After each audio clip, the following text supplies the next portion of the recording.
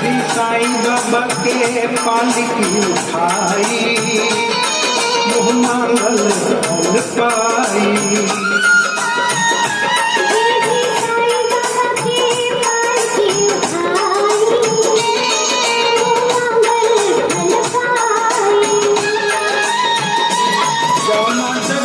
से जाई हर घर आंगन महकाई,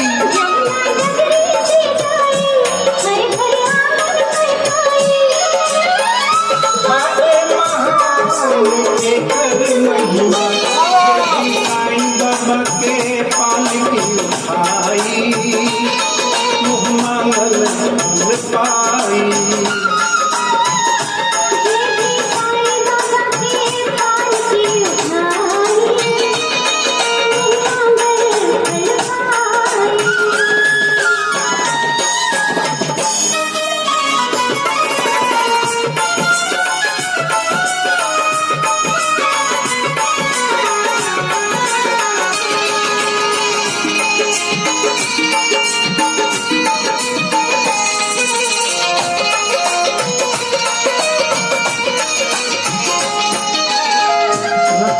चरित भावे साईं के सवारी, लागे रतन कोई कान्हावा पे भारी।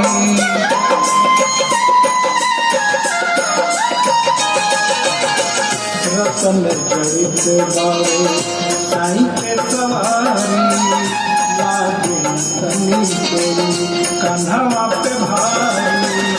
कान्हा पे रखे खातिर लाइन लगल बा, मौका मिलेला सबके पारा पारी।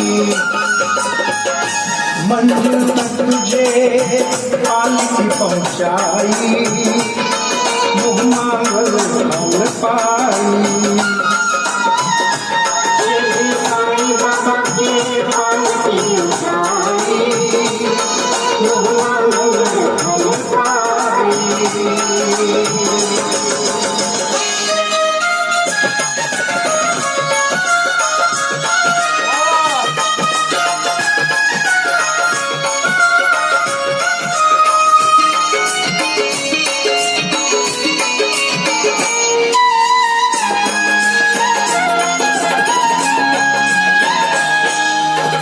My